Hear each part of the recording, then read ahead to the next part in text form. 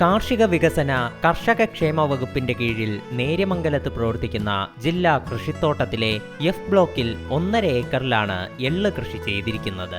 വിളവെടുപ്പിന് പാകമായി കൊണ്ടിരിക്കുന്ന എള്ളുചെടികൾ പൂത്തുലഞ്ഞ് വെള്ളപ്പൂക്കളുടെ വസന്തകാലമാണ് പാടത്താകെയും.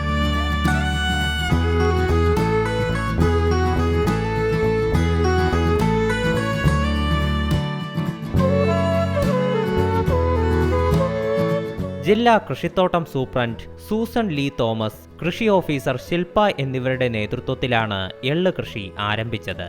എഫ് ബ്ലോക്കിലെ തൊഴിലാളികളാണ് ഇവയുടെ പരിപാലനം ഏറ്റെടുത്തിരിക്കുന്നത്. കാട് പിടിച്ചു കിടന്ന സ്ഥലം ഉഴുതുമറിച്ച് കൃഷിക്ക് അനുയോജ്യമാക്കിയത് 3 മാസങ്ങൾക്ക് മുൻപാണ്. വിതച്ച് ഏതാനും നാളുകൾക്കുള്ളിൽ വിളവെടുക്കാനും സാധിച്ചു. കാരെള്ളാണ് ഇവിടെ കൃഷി ചെയ്തിട്ടുള്ളത്.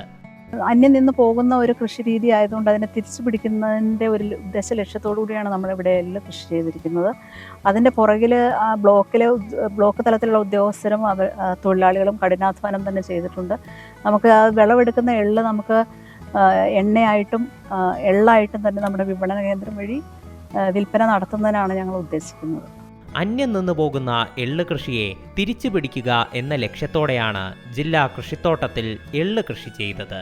ഇവിടെ ഉൽപ്പാദിപ്പിക്കുന്ന എള്ള് കർഷകർക്ക് വിത്തായും എള്ളെണ്ണ, പലഹാരങ്ങൾ എന്നിവ നിർമ്മിച്ച് വിപണന കേന്ദ്രം വഴിയും വിതരണം ചെയ്യാനാണ് അധികൃതരുടെ തീരുമാനം. C Malayalam news, Ernakulam.